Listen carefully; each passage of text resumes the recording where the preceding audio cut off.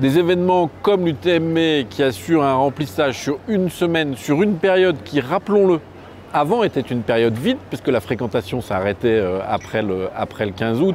Non, on n'a pas d'autres événements qui ont cette importance-là en termes de remplissage. Après, effectivement, l'année à Chamonix est ponctuée d'événements internationaux. La tradition d'événements à Chamonix est quand même forte et toute l'année. L'impact est important puisqu'on parle aujourd'hui d'à peu près 55 000 nuitées sur cette semaine de l'Ultra Trail et ça représente à peu près 8 millions d'euros de retombées économiques. Alors 8 millions, 9 millions, on ne sait jamais trop, on est sur des approximations, mais en tout cas on est sur ces ordres de grandeur-là, ce qui est quand même important pour notre tourisme.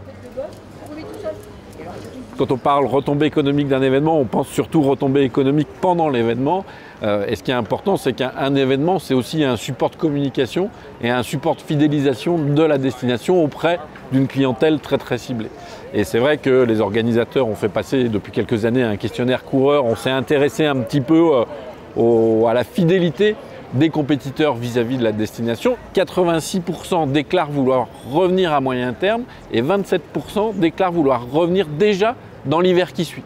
Et les gens qui souhaitent revenir avant tout pour la pratique du ski, de la randonnée et de l'alpinisme. Donc on n'est pas sur une clientèle mono-activité, hyper centrée sur le trail. On est bien sur une clientèle de passionnés de la montagne, toute saison, qui vient nourrir la fréquentation de la vallée de Chamonix toute l'année.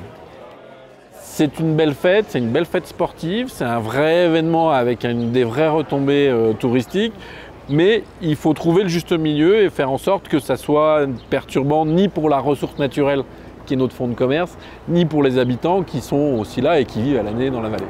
On est sur un événement qui a quand même un agrément WWF, donc un niveau d'exigence, de qualité et de travail sur toutes les gênes que peut générer la manifestation qui est quand même aux petits oignons et plutôt optimal. L'accueil des Chamoniards, de tout le tissu commerçant, hôtelier, restaurateur et autres ne peut être que bon puisqu'on est effectivement sur une semaine forte en termes de fréquentation et du coup de retombées économiques et touristiques.